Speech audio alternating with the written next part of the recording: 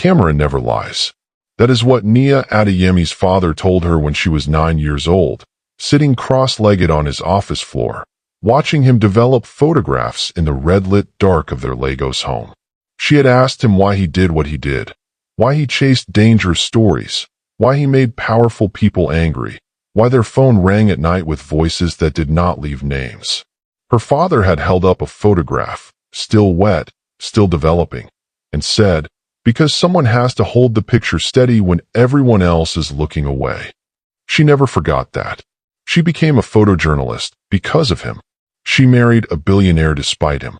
And on the night everything collapsed, she was standing barefoot on cold marble floors in a Seoul penthouse, surrounded by printed photographs spread across the dining table like the evidence board of a crime that had not yet been given its proper name, wondering if the camera had been lying to her the entire time. Not the camera on the table, the one she had pointed at her own life. It is 11:47 p.m. Seoul breathes neon through rain-slicked windows. The city below is indifferent and luminous, the way cities always are when private worlds are ending inside the buildings above them. Nia is not panicking. People who have reported from conflict zones, who have photographed famine and flood, and the specific exhaustion of communities the world has decided not to care about. Those people do not panic easily. They assess. They frame. They ask, what is actually happening here? And what is the story trying to hide? Her laptop is open. On the screen, a documentary timeline. The title reads, Silent Architecture. Who sold the data and who bought the silence? The rough cut plays. Surveillance footage. Financial transactions. Photographs of men in expensive rooms making decisions that crushed ordinary people into shapes they would spend the rest of their lives trying to recover from. Her phone buzzes. She ignores it. It buzzes again. She picks it up. The message is from an unknown number, and it reads, Stop the documentary, Nia. You are about to destroy more than a company. She stares at the screen. The front door opens. Park Ji-hoon walks in from the rain. He is 39 years old, and he wears expensive suits the way other men wear skin, as though he was born into them, as though removing them would reveal something he is not prepared for the world to see. His jaw is set. His eyes move immediately to the photographs on the dining table, and something happens in his face. Not guilt exactly, but the older cousin of guilt. Something closer to a grief he has been managing for so long, it has become structural. Load-bearing. Remove it, and the whole thing falls. He stops moving. The silence between them is a conversation all by itself. Nia, he says. His voice is low and careful, the voice of a man who has spent years controlling rooms. I need you to stop this investigation. She does not turn around immediately. She closes her laptop. She turns slowly, and when she faces him, she is not angry. She is something more dangerous than angry. She is clear. You need me to stop, she says. Or you need to stop being afraid of what I will find. This is bigger than you understand. Then sit down and explain it to me. A pause. A breath. Because I have spent 6 years watching you protect everything in your life except the truth. He reaches out his hand toward her. She steps back. The distance between his outstretched hand and her retreating body is the most honest thing that has happened in this apartment in a long time. Are you protecting me, Ji-hoon? She asks. Her voice is quiet in the way that a wire under too much tension is quiet. One more pound of pressure and everything changes. Or are you protecting yourself from losing me? He has no answer. And in that silence, she reaches behind her and lifts one photograph from the table. She holds it toward him. He looks at it. Something breaks open in his face and gets immediately locked back down. But she saw it. She always sees it. She is a woman who makes her living seeing the thing that happens in the fraction of a second before people remember they are being watched. She puts the photograph back on the table, face down. She sits down. She waits. The man who built one of Asia's most powerful technology companies from a dormitory and a second-hand laptop stands in the doorway of his own penthouse, rain still on his shoulders, and finds, possibly for the first time in his professional life, that he does not know what move to make. This is not a boardroom. This is his wife, and she has already won. If you are new here, this is Afro K Storyverse, where we tell African and Korean stories that break your heart and put it back together differently. Subscribe now. Leave a comment telling us which character you are already watching closely. It is going to be a long, devastating, beautiful night. 6 years earlier, Seoul. A humanitarian gala inside a glass museum that overlooks the Han River like a beautiful person who has learned to use their beauty as armor. The room is full of wealth performing generosity, a specific and exhausting theater that Nia has photographed in 14 countries and finds equally transparent in each of them. She moves through the crowd the way she always moves, observing everything, belonging nowhere, her camera an extension of her eye rather than an accessory. She is not here to be seen. She is here to see. There is a difference, and she has built her career on understanding it. She spots Ji-hoon across the room. Every other person in this building is performing something, performing philanthropy, performing connection, performing the particular ease of people who have never had to wonder whether the lights would stay on. Ji-hoon is simply standing alone near the far wall, holding a glass of water he has not touched, watching the exit. A lesser observer would call him mysterious. Nia calls him exhausted. She walks directly toward him. No hesitation. No calculation. This is also what she does. "You look like a man who came to this party by accident," she says. He turns. He is not used to being approached by someone who is not angling for something. The absence of agenda in her voice takes him a full second to process. "I funded this party," he says. "That explains why you look so bored." She extends her hand. "Nia Adeyemi. I document things people try to hide." Something moves behind his eyes, a quick internal register, like a security system calculating threat level. But what he says is, "Park, Ji-hoon. I know who you are." She raises her camera. "May I?"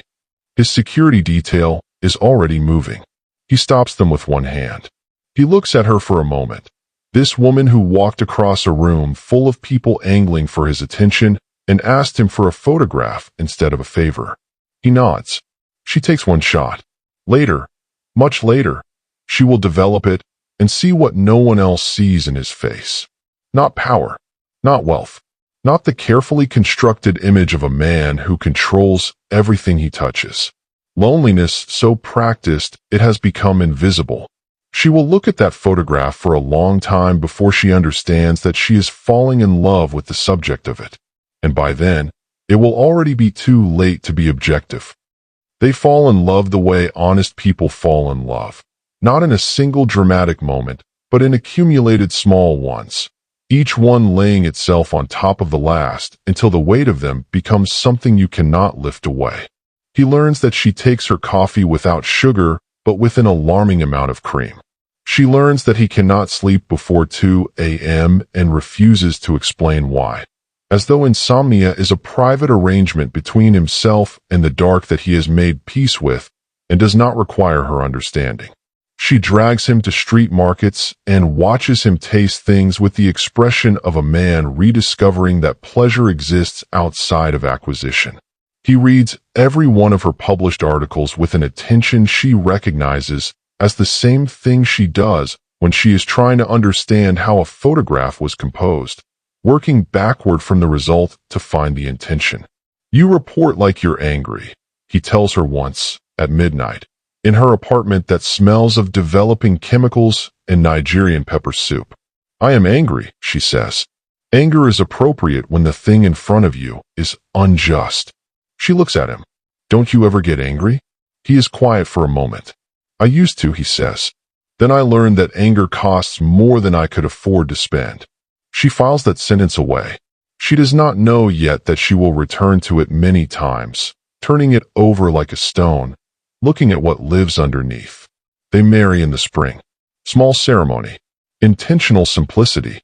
Nia's sister Zara Adeyemi stands beside her, 35 years old, a human rights attorney, a woman whose job is to read the spaces between what people say and what they mean, and who has been watching Ji-hoon all morning with the quiet, unblinking attention of someone who has already made a preliminary assessment and is gathering evidence for the final one. During the vows, Zara leans close. A man with no past he wants to share, Zara murmurs, is a man still living in it. You say that about every man I date, Nia whispers back. I have been right every time. Nia squeezes her sister's hand. She looks at Ji-hoon, who is looking at her with an expression that frightens her slightly, not because it is cold, but because it is too desperate, like a man who has found something worth protecting and is already, in the same moment, calculating how he will lose it. She decides the expression is love. She is not wrong about that. She is only wrong about whether love is the whole story. 18 months into their marriage, Nia begins noticing things. She has been trained her entire career to notice things, to see the detail that does not belong, the face that is trying too hard to appear relaxed, the silence that has a shape to it. She turns this skill on her own life the way a doctor eventually turns their diagnostic training on their own symptoms, with the particular dread of someone who is excellent at their job. A black car parks outside their building every morning. Different license plates, same driver. She photographs the driver's face on 3 separate occasions without him knowing. She runs the photographs through every database she has access to. Nothing comes back, which, in her experience, means he is not nobody. It means he is someone who has been deliberately made to look like nobody.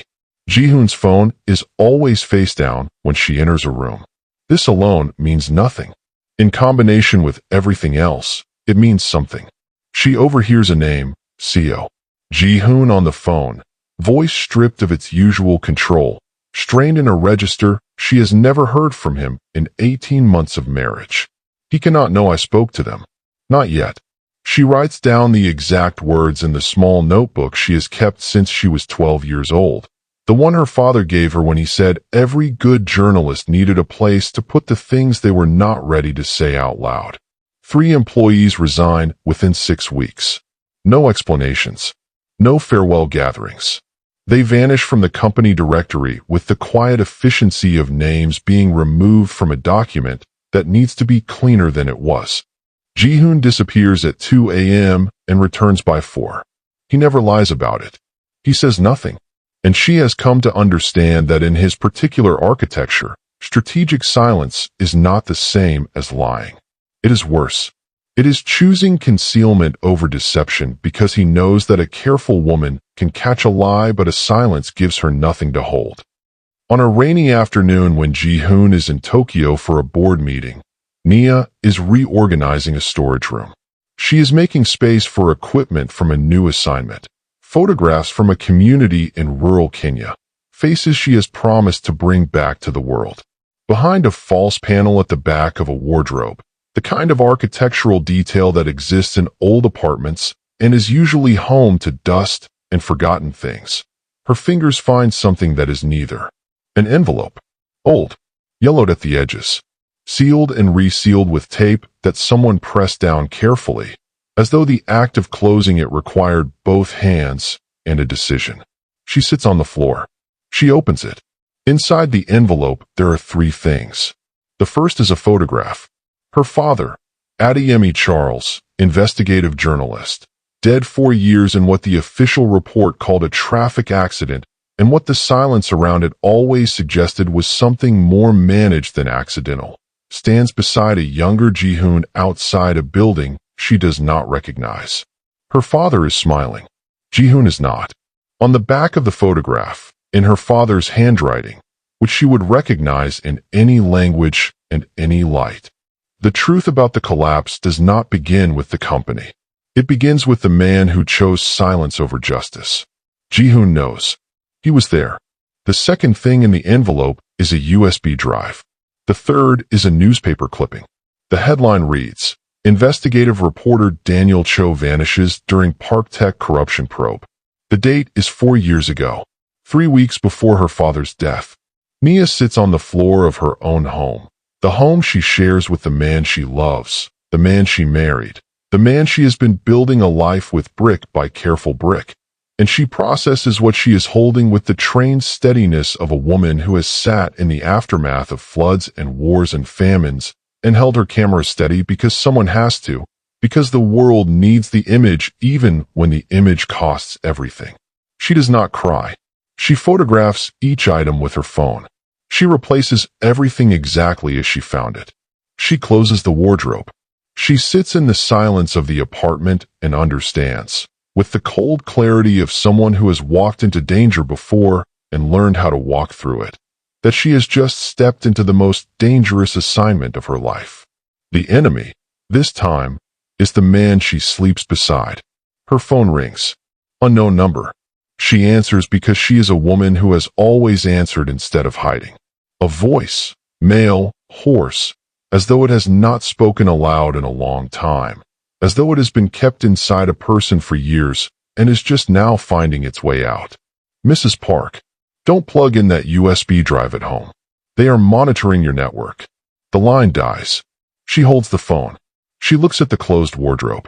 She thinks of her father, holding a wet photograph up to the red light, saying, "Someone has to hold the picture steady when everyone else is looking away."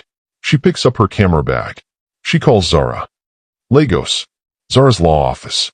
Floor-to-ceiling bookshelves, case files organized with the precision of a woman who believes that chaos is a choice and chooses otherwise. Zara takes one look at Nia's face when she walks through the door and crosses the room in 3 steps and closes the office door behind her without looking back. "What happened?" Zara asks. Nia places the photograph on the desk. Her father's face. Ji-hoon's younger face. The building neither of them has identified yet. Zara looks at it for a long time. Her expression does not change, but something behind it does. Something shifts into place that has been waiting to shift for years. "When was this taken?" "Before Baba died," Nia says. Ji-hoon knew him, Zara. He knew him, and he looked me in the face every single day of our marriage and said nothing. Zara picks up her phone without another word. That evening, in a small community library closed for the night, the kind of place that has been hiding important conversations since long before the age of surveillance, Nia walks in to find a man sitting in the corner with his back to the door. When he turns, she recognizes his face. She has been looking at it on a newspaper clipping for the past 18 hours. Daniel Cho is 42 years old and looks older. He is thinner than his photographs. He has the eyes of someone who has been careful for a very long time in a way that exhausts rather than protects. He is the man who disappeared 4 years ago while investigating Ji-hoon's company, and every journalist who knew him assumed he had run from the story. Looking at him now, Nia understands that he did not run. He went underground. "There is a difference." "You called me," she says. "Not a question." "You found the envelope," he says. "I placed it there 2 years ago." A pause. "I have been waiting to see if you were ready." "Ready for what?" "To understand that everything you believe about your father's death is incomplete." He leans forward. "And that your husband has been sitting on the complete version for 4 years." Nia sits down. She places her hands flat on the table. "Tell me everything." What Daniel tells her comes not in a single flood, but in carefully measured pieces, the way a good journalist releases information. Not everything at once, because everything at once overwhelms rather than illuminates. 5 years ago, Ji-hoon's company Park Tech was the most trusted cybersecurity firm in Asia. Governments used its systems. Hospitals. Financial institutions. The company's entire identity was built on the promise of protection. That data entrusted to Park Tech would remain exactly where it was put, accessible only to those authorized to reach it. Underneath that promise, unknown to the public, and Daniel pauses here, watching Nia's face, possibly unknown to Ji-hoon himself in the beginning, a shadow operation existed inside the company. Private citizen data, harvested, packaged, sold to political actors across 3 continents who used it to manipulate elections, suppress activists, and in at least 2 documented cases, identify individuals whose identities were then passed to governments that considered them threats. Nia's father began tracing the money 18 months before he died. He was meticulous, the way he always was, building the case brick by brick, never publishing until he had more than enough to withstand the legal assault that would follow. Daniel was his source inside the industry. a former investigative reporter who had built relationships inside the technology world before pivoting to deeper, slower investigations. Together they were close to having everything. Then Daniel disappeared. Then her father died. Then the investigation vanished as completely as if it had never existed. And Ji-hoon? Nia asks. Her voice is doing the thing it does when she is in the field and needs to stay functional. It goes very steady, very flat, a river that has frozen at the surface so it can keep moving underneath. Daniel takes a breath. Ji-hoon discovered what was happening inside his own company. A whistleblower inside Park Tech contacted him directly. He confronted the people responsible. He began dismantling the shadow operation from the inside. He believed, and this part one think is true, because I have read everything he did during that period, that going to authorities would cause a panic that would expose the names of the victims whose data had been stolen. He believed the harm of a public scandal would fall on the innocent people whose privacy had already been violated. So he stayed silent, Nia says. He made a private arrangement, dismantled the operation quietly, removed the people he believed were responsible. But he was removing the instruments, Daniel says. Not the architect. A pause. And the architect used Ji-hoon's silence to clean up everything else. The implication lands before he finishes the sentence. My father, Nia says. Your father had gotten too close. The architect needed more time. Ji-hoon's silence bought that time. Daniel holds her gaze. Not intentionally, but the result was the same. The library is very quiet. Zara, who has been sitting in the corner without speaking, says, This is prosecutable. What you are describing. Wait. Daniel reaches into his bag. He slides a second photograph across the table toward Nia. She reaches for it. He covers it with his hand before she can fully see it. Not yet, he says. You need to confront your husband first. His response will tell us whether he is still protecting the architect or whether he is finally ready to burn everything down. He looks at her. Because if he is still protecting the person who ordered your father's death, then the USB drive becomes our only weapon, and we use it without him. He removes his hand from the photograph, but he closes the folder before she can see what is in it. She stares at the closed folder. She thinks, what is in that photograph that he needs to wait to show me? She thinks, what else is there that I have not found yet? She says, give me 48 hours. Seoul. Their penthouse. Night. Nia returns from Lagos. She has been gone 4 days. Ji-hoon's security team has tracked her movements. She knew they would, and she let them, because she needed to see whether he would call and pretend he did not know, or whether he would say nothing at all. He said nothing, which told her everything. She walks in. She puts down her camera bag. She looks at him across the room. I met Daniel Cho, she says. The words land like a door being opened that was supposed to stay locked forever. She watches every muscle in Ji-hoon's body make a decision, and the decision is to become very still. Where, he asks. That is your first question, she says. Not, who is Daniel Cho? Not, what do you mean? Not, are you all right? A pause. Where? Because you already know everything else. He says nothing. Did you know my father? The pause before his answer is the length of a man deciding whether to keep one last door closed. Whether one more moment of silence can still save something. Whether the cost of honesty is higher than the cost of what he has been carrying. Yes, he says. The word falls into the room like something dropped from a great height. How long before we met? She asks. 2 years. She walks to the center of the room. She stands in the open space between the dining table and the window. The same open space where she stood when he came in from the rain, when she stepped back from his outstretched hand. Did you know who I was when you walked up to me at that gala? She asks. Or when we started talking? Or when we... She stops. She starts again. At what point did you know that the woman you were falling in love with was the daughter of the man whose silence you protected? By the time I knew who you were, he says carefully. It was already. No. Her voice does not rise. It drops. Which is more frightening. No. Don't manage this. Don't architect this.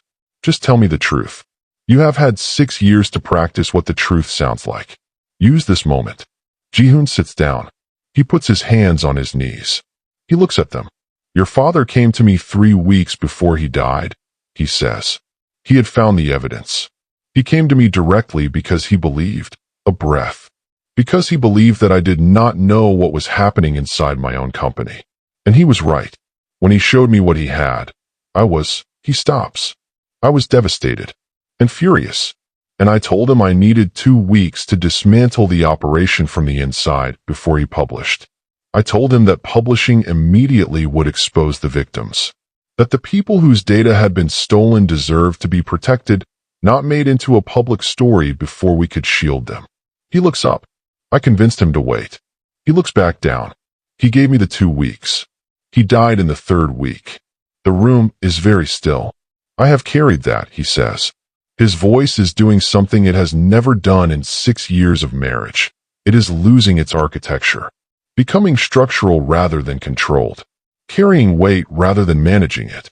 Every day since I found out what my silence actually bought. Not protection, not time to fix things, but time for someone else to make sure your father never published what he found. When did you find out that it was not an accident? She asks. 8 months after his death. She closes her eyes. And you still said nothing.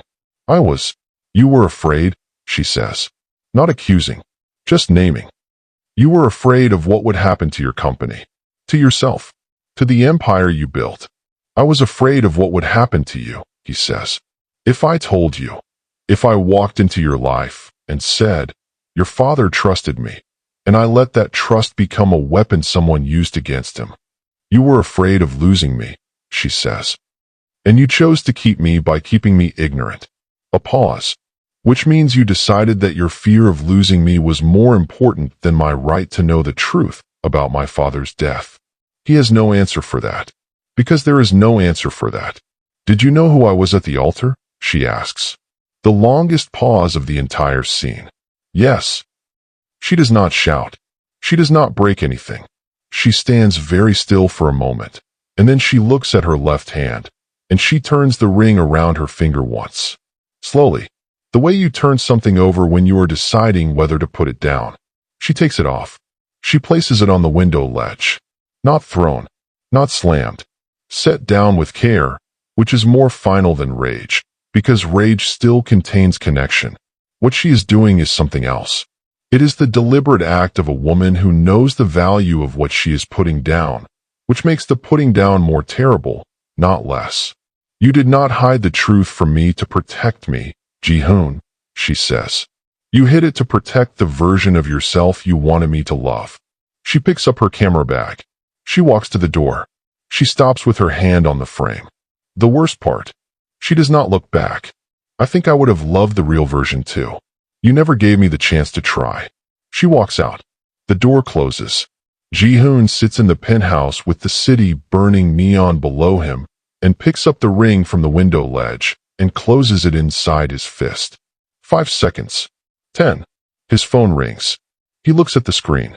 A number that should not exist. A number he had erased from every device he owned, but which he recognizes the way you recognize a scar. The shape of it. The history of it. Chairman CEO. He answers.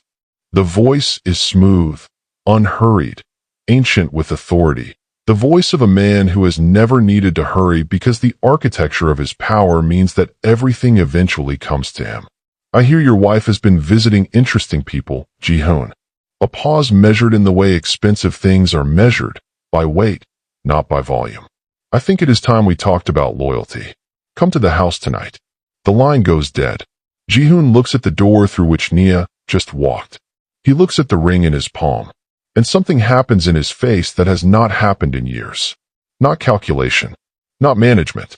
Not the professional gravity of a man who has learned to control rooms. Decision. The raw, irreversible kind. If this story is already living in your chest, subscribe to Afro K Storyverse right now. Hit the like button.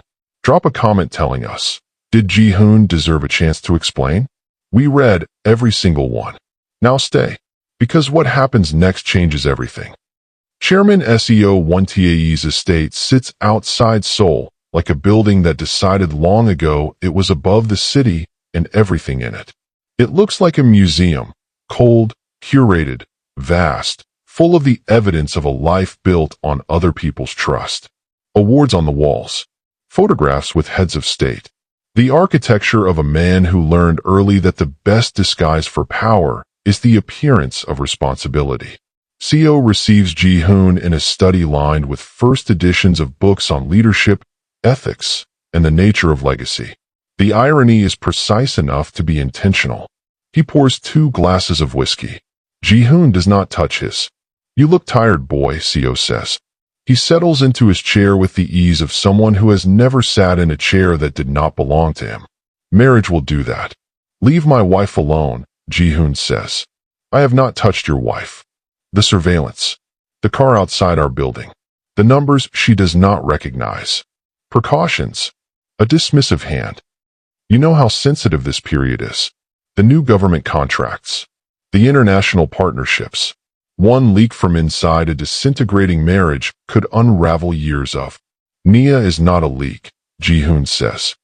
"She is my wife. She is a photojournalist." The smile disappears. Not dramatically. Just gone, the way a light goes out when someone flips a switch. Building a documentary that names this company in a data scandal. And she is the daughter of the journalist who came the closest of anyone to destroying us 5 years ago. A pause. "These are not separate facts, Ji-hoon. These are the same fact." Ji-hoon looks at him. "You knew who she was," he says. "Of course I knew. Before I met her." Seo takes a long sip of whiskey. He does not answer. And the non-answer is the most terrifying thing Ji-hoon has ever experienced. More terrifying than the whistleblower's file. More terrifying than the board's legal threats. More terrifying than the moment he understood what his silence had bought for someone else. "Because it means." "You arranged it," Ji-hoon says. The words come slowly, because the mind takes a moment to accept a reality that restructures everything. "The gala. You knew she would be there. You put me in her path." A pause. "You needed someone with access to her. Her network. Whatever her father had passed on before he died. I gave you an opportunity," Seo says. "What you did with it was your own. You used me to get close to her." "I gave you a wife," Seo says, as though this is a reasonable counterargument. "One you love, which was unexpected and somewhat inconvenient. But..." Ji-hoon stands up. He is not a man who usually stands up quickly. He moves with the deliberate quality of someone who learned early that stillness communicates power. But he stands up now, and the quality of it, the speed of it, the completeness of it, makes Seo, for the first time in this scene, stop mid-sentence. "You will not," Ji-hoon says, "reduce my marriage to a surveillance operation." "I reduced it to nothing." Seo stands as well. They face each other across the desk, across decades of mentor and protege, across the unbridgeable distance between the man who taught Ji-hoon to build things and the man who used those things as infrastructure for something Ji-hoon was never shown the blueprints of. "You did that yourself. The moment you started letting sentiment override strategy." A pause. "Clean up your house, Ji-hoon. Send the woman back to Lagos. Shut down her documentary. Or I will do it for you, and you will not enjoy how I accomplish it." Ji-hoon picks up his coat. "I want you to know something," he says. "What I am about to do, what happens next, I want you to know that it started in this room. With this conversation. The moment you told me you used my marriage as a weapon." He leaves. He does not run. He walks. The walk of a man who has just closed a door in his own head that will never open again. 2 days later. A boardroom of glass and steel. 15 faces around a table long enough to be its own statement about power. Ji-hoon sits at the head. He has sat at this head for 12 years. Seo enters. He does not look at Ji-hoon. He begins speaking. By the end of 1 hour, one precise, surgical, legally orchestrated hour, a motion has been passed. Ji-hoon is removed from his own company effective immediately. His access codes are revoked. His board privileges suspended pending investigation. The official statement, drafted before this meeting ever began, cites financial irregularities and breach of fiduciary duty. He stands in the lobby of the building he built from a dormitory and a second-hand laptop. His security badge does not work anymore. The elevator does not open for him. A receptionist, new, young, someone hired after the memo was already written, asks politely if she can help him. He looks at her. He looks at the lobby, at the logo on the wall, his logo, his company name, the shape of the thing he made. He says, "No, thank you." He walks out into the street. No car waiting. No security. No calls coming in. The silence of his phone is extraordinary. A device that has buzzed and vibrated every 6 minutes for 12 years, suddenly still. He walks. He walks for a long time. The safe house. Lagos. Daniel Cho, Nia, and Zara sit around a table that has seen many important conversations conducted by people who could not afford to have them anywhere else. Daniel opens the folder he closed in the library. He slides the second photograph across the table. Nia looks at it. Her expression moves through 3 distinct stages, the way photographs develop, from nothing to something emerging to full clarity, confusion, understanding, and then something that is not quite grief and not quite fury but occupies the precise space where those two things share a border. The photograph shows Chairman Seo. He is standing in a parking structure, talking to a man through the window of a car. Nia recognizes Seo. She does not recognize the other man. Then Daniel places a second document beside the photograph, a page from the coroner's report on her father's accident, a witness statement, a name. The name in the witness statement matches the man in the photograph. The man described as a witness to her father's accident. The man who was, in fact, the driver. Ji-hoon did not cause your father's death, Daniel says. His silence created the window. But the man who used that window was Seo. Ji-hoon was protecting people he genuinely believed were innocent. He was catastrophically wrong to stay silent. But he did not know what Seo was doing with the time his silence bought. Zara leans forward. Her attorney's eyes are working through the evidentiary value of everything on the table. This photograph plus the USB drive, is this enough? This plus the USB drive plus Ji-hoon's testimony, Daniel says. He looks at Nia. The drive was sent to Ji-hoon by your father on the night before he died. With a note. Daniel unfolds a page. He places it in front of Nia. Her father's handwriting. The last words he wrote before he died. She reads them and does not share them with us, because some things belong to the person they were written for, and the right to privacy does not end with death. She reads. She folds the page. She holds it against her chest with both hands, the way you hold something that is irreplaceable. He did not blame him, she says. Not to anyone in particular. Quietly, as though she is still inside the reading of it, still inside the last conversation she will ever have with her father. He said Ji-hoon was a good man making a terrible mistake. A pause. He said those were not the same thing. Zara and Daniel are quiet. He kept everything, Nia says. Ji-hoon. He kept every file my father sent him.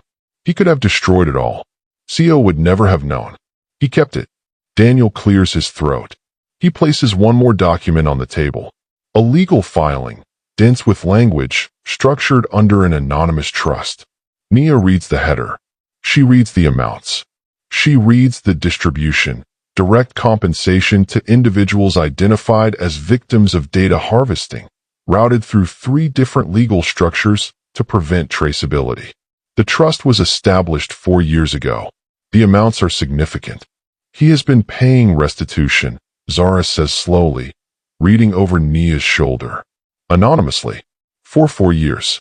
To the victims whose data was sold. Without being able to explain publicly why he owed it, Daniel says. Because explaining it would have required explaining everything else. The 3 of them sit with this. A man who could not tell the truth. Who could not make the public accounting. Who carried the debt of his silence in private and paid it in the only currency available to him. Money, given without acknowledgement, to people who did not know who sent it. It is not enough. Everyone in this room knows it is not enough. But it is also not nothing. And the difference between nothing and not nothing is where Nia's next decision lives. A hotel conference room. all glass and artificial calm. The kind of room designed to make difficult conversations feel transactional. Seo sits across from Ji-hoon. He is flanked by two lawyers. He arrived first, which is always a signal. "You are nothing without what I gave you," Seo says. "That is not an insult. It is arithmetic. You gave me a foundation built over a mass grave," Ji-hoon says. "And you are right. I did not know what was in the ground. But I know now, and I am done building on it." Sentiment. Seo says the word the way you say the name of an illness. "You have developed an attachment to a woman who is actively trying to destroy everything we built. This is the outcome of letting emotion into strategy. Her name is Nia," Ji-hoon says. "And she is not trying to destroy anything. She is trying to tell the truth. There is a difference. You have spent your life making sure people could not tell it." Seo slides a document across the table. "Sign this." The investigation disappears. The company returns to you. Full control, full authority, your name restored. Your wife's foundation receives 10 years of funding, generous enough to make her one of the most influential journalists in the world. He pauses. A good outcome. For everyone. Ji-hoon looks at the document. He thinks of her father standing beside a younger man outside a building, smiling because he believed that man was trying to do the right thing. He thinks of a USB drive sent on the last night of a life, carrying every piece of evidence accumulated over 18 months of careful work, sent to the only person her father trusted to do something with it. He thinks of Nia placing her wedding ring on a window ledge with the precise care of someone who knows the value of what she is putting down. He thinks of 40,000 people who work for a company that has been, without their knowledge, infrastructure for something they would not recognize. He pushes the document back across the table. "The difference between you and me," he says, "is that I still understand the difference between surviving and living." He stands up. "I am going to release every file, Chairman, every transaction, every name, everything your operation touched, bought, and destroyed." He picks up his coat. "And then I am going to stand in a room and answer for the part that belongs to me." He walks out. Behind him, he hears Seo's chair push back. He hears one of the lawyers begin to speak. He does not stop walking. The hotel corridor stretches ahead of him, long and fluorescent and ordinary. His phone buzzes. A message from a number he does not recognize, but the cadence of the writing, the specific rhythm of intelligence and directness, and the refusal to waste words. He recognizes the way you recognize a voice in a dark room. "I read my father's note. I need to see you. Not as your wife. Not as a journalist. As someone who needs to understand if you are still hiding anything. If you are, tell me now. This is your last chance." Ji-hoon stands in the hotel corridor. He reads the message twice. He types his reply. "I am not hiding anything.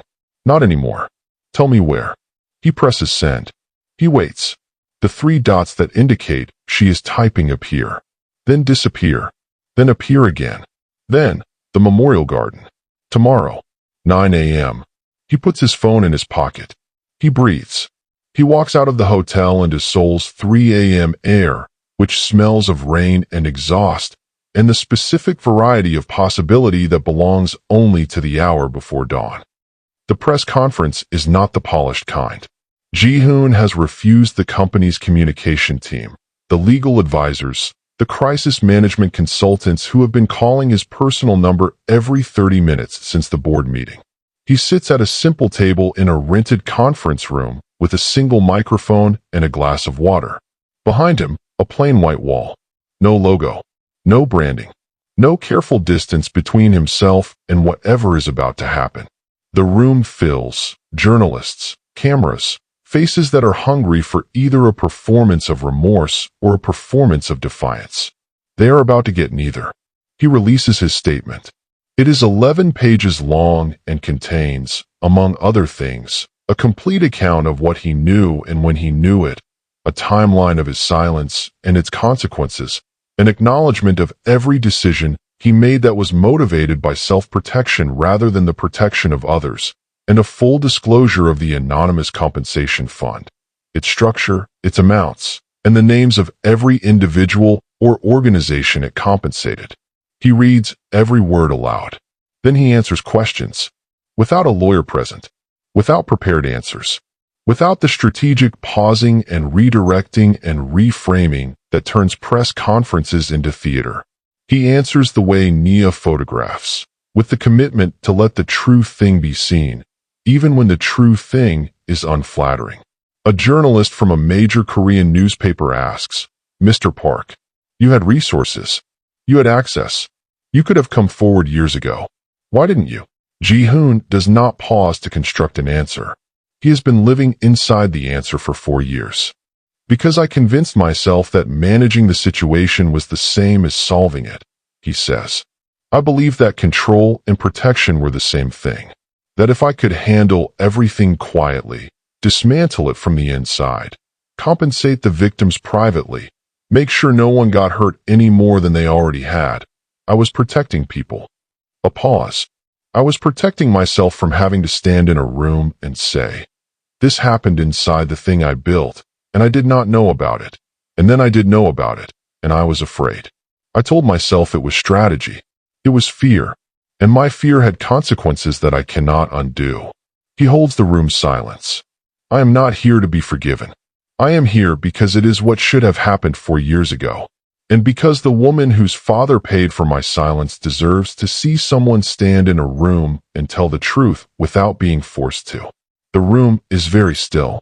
Then everyone moves at once.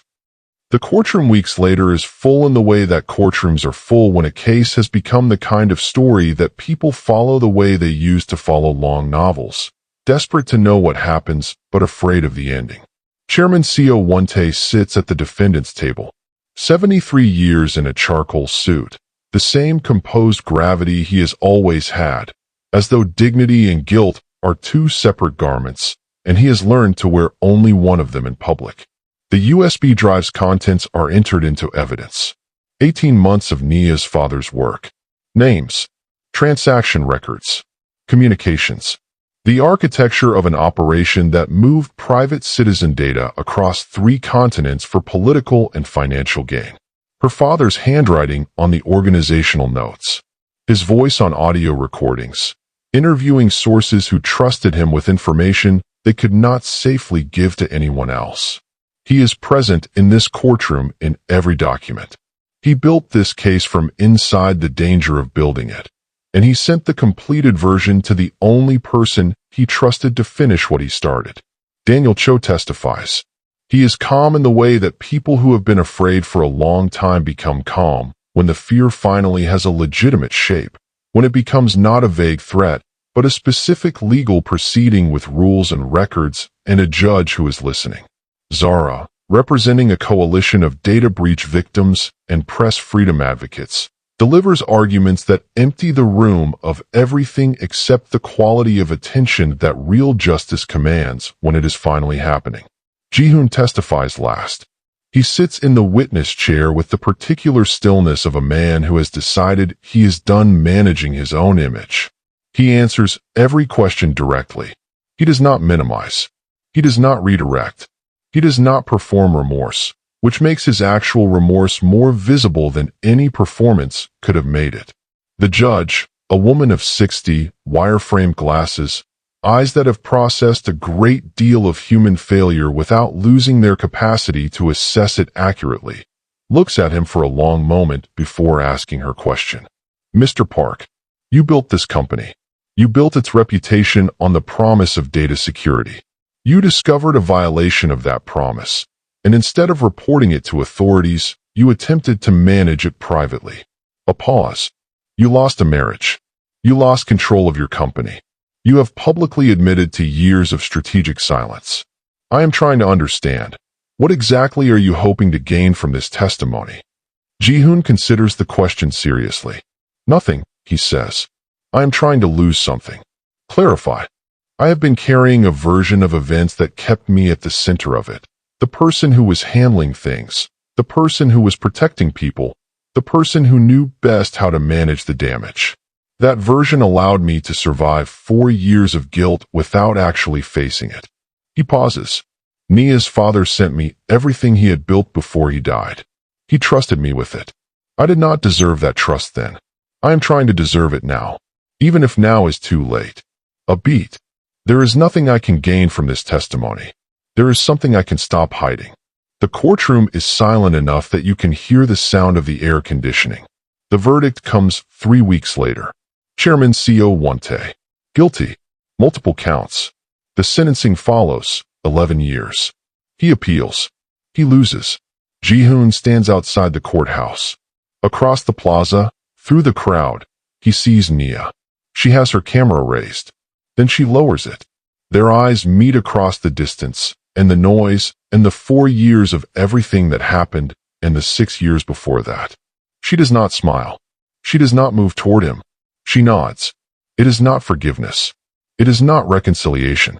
It is the specific acknowledgement of a woman who spent her career documenting the truth, finally seeing one stand upright in a courtroom and hold its own weight. It is, I see you. It is enough for now. Afro K Storyverse. If this story hit you somewhere real, this is the moment. Like this video. Subscribe. Share it with someone who needs to hear a story about what honesty actually costs. And leave us a comment. What would you have done in Nia's position? We will be reading every answer. Now stay, because the ending is the part that will stay with you. Lagos. 8 months later. The Adeyemi Foundation for Press Freedom and Corporate Accountability opens its doors in a building that used to be a printing press and still smells, very faintly, of ink. The walls are hung with Nia's photographs, not the famous ones, not the ones that won awards, but the ones from her father's era. Forgotten communities, overlooked stories, the faces of people who were told that their experiences did not constitute news. Nia stands in front of a room of 22 young journalists. Nigerian, Korean, Ghanaian, Ethiopian, Ugandan.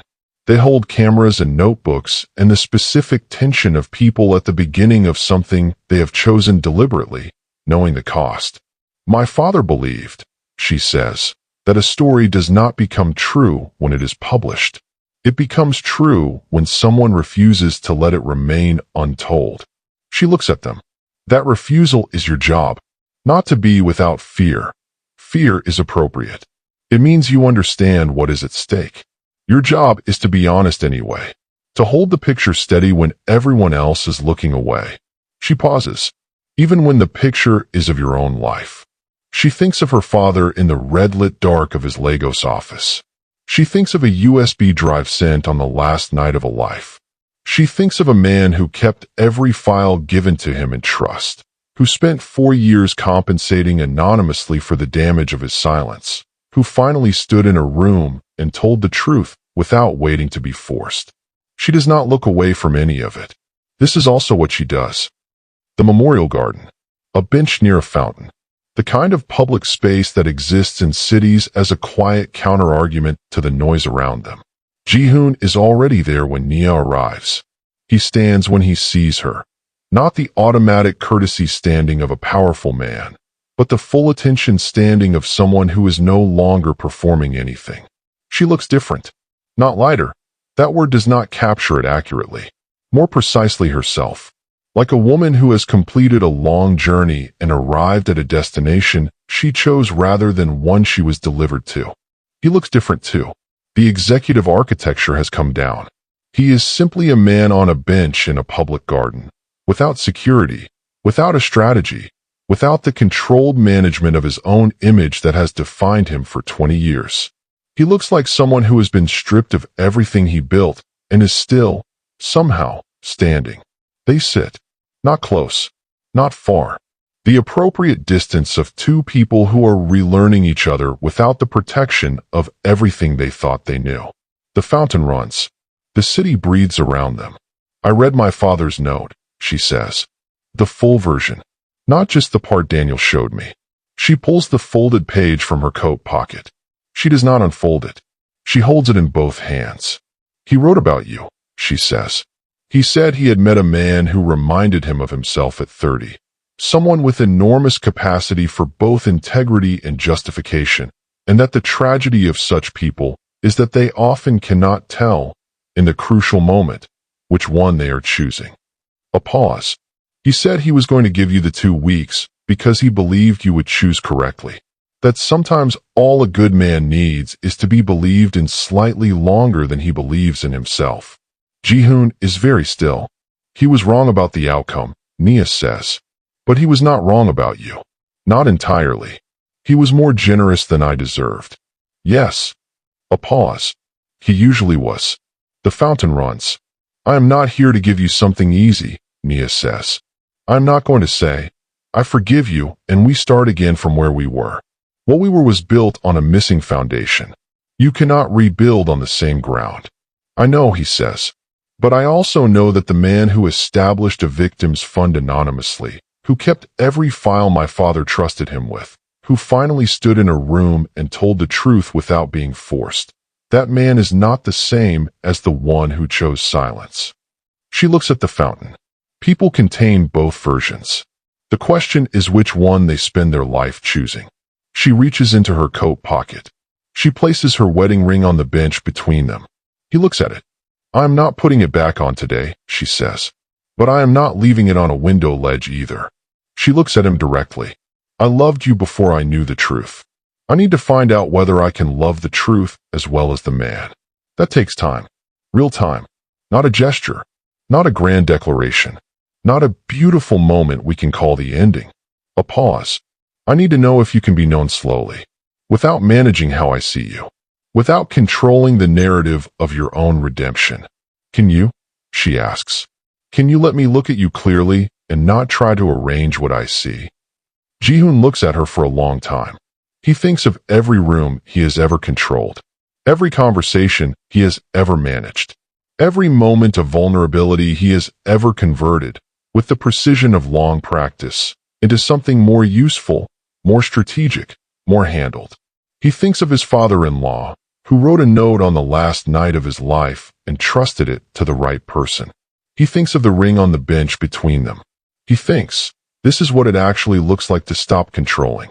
I cannot promise I will do it perfectly, he says. I have spent 40 years learning how to manage things. I will make mistakes. I will catch myself trying to frame things and have to stop and start again. A pause. But I am willing to be corrected. I am willing to be seen without the architecture. He looks at her. I am willing to spend whatever time you need, becoming someone you chose with full information. Nia is quiet for a moment. Then she picks up the ring. She puts it in her pocket. Not on her finger. In her pocket. Which means, not yet. Which also means, still possible. Which means, there is a future, and it is not yet shaped, and both of them will have to do the work of shaping it honestly, in real time, without the protection of certainty. Come have coffee with me, she says. She stands up. He stands up. Nia. She stops. He finds the words he has never been able to find before, the ones that do not manage or control or arrange themselves into the most favorable possible presentation. I am sorry. Not for what was done to your father. I will spend the rest of my life being sorry for that. I am sorry for thinking I knew better than you how much truth you could handle. You are the most clear-eyed person I have ever known. You deserved every piece of information about your own life. I took that from you. And I am sorry. She stands with the words for a moment. Thank you, she says. Not warmly. Not coldly. Honestly. The way you say thank you when someone has given you something real after a long time of receiving beautiful imitations. She begins walking. He falls into step beside her. Not behind her. Not ahead. Beside. The fountain catches the morning light and scatters it across the stone path. The city moves around them. The two of them walk into an ordinary morning that is the first honest one they have shared, unremarkable and irreplaceable and entirely theirs. The Adeyemi Foundation launched operations in 7 countries within its first year. In its second year, it established the Charles Adeyemi Award for Investigative Courage, given annually to a journalist under 35 who has pursued a story at significant personal cost. Chairman Seo Won-tae was sentenced to 11 years. His legal team filed 4 separate appeals. Each one was denied. He is serving his sentence in a facility outside Seoul. He has not spoken publicly since the verdict. Daniel Cho returned to journalism under his own name. His first published investigation, a piece on the infrastructure of data surveillance across 3 Asian markets, won the International Press Freedom Award. He dedicated the award to a journalist who did not live to see the story completed. Nia Adeyemi was appointed to an advisory panel convened by the United Nations on Corporate Accountability and Press Protection. She accepted on the condition that the panel's first report addressed the specific vulnerabilities of journalists investigating technology companies. The condition was met. Park Ji-hoon testified before regulatory bodies in 4 countries. He never attempted to rebuild his company. When asked in a later interview why not, given his resources, his contacts, his demonstrated ability to build something of that scale from nothing, he said, "I am not sure the world needed me to build another company. I think it needed me to stop." Nia and Ji-hoon did not have a second wedding ceremony. They did not announce a reconciliation. They simply began, quietly and without performance, the slow work of learning each other with full information, the harder and more necessary version of love that exists on the other side of honesty. Some mornings she photographs him without asking. He has stopped trying to arrange his face. She considers this progress. He considers it the most terrifying and important thing he has ever permitted. He considers it the beginning of an actual life. Her father's darkroom in Lagos is still intact. No one has touched it since he died. Nia goes there sometimes, when she is in the city, when she needs to remember why she does what she does. She stands in the red light with her hands in the developing tray, watching a photograph emerge from nothing into something. The slow revelation of an image that was always there, waiting for the right conditions to become visible. She thinks of her father saying, "Someone has to hold the picture steady when everyone else is looking away." She thinks of a man standing in a courtroom, telling the truth without being forced. She thinks of a ring in her coat pocket, not on her finger yet, still possible. She watches the photograph develop. She holds the picture steady. This is Afro K Storyverse. If this story stayed with you, if you are still thinking about Nia's father's note, about the ring on the window ledge, about what it costs to tell the truth when everything you built depends on the silence, then you are exactly who we make these stories for. Subscribe, like this video, share it with someone who needs to hear a story about what real love asks of real people. Drop a comment and tell us, what was the moment this story broke you open? We will be reading every word. We make stories that matter. Stay with us. There are more coming. The most dangerous secrets are not the ones buried in the ground. They are the ones buried inside the people who love you. And the most courageous act is not exposing them. It is choosing to stay, with full knowledge, and build something honest from the beginning.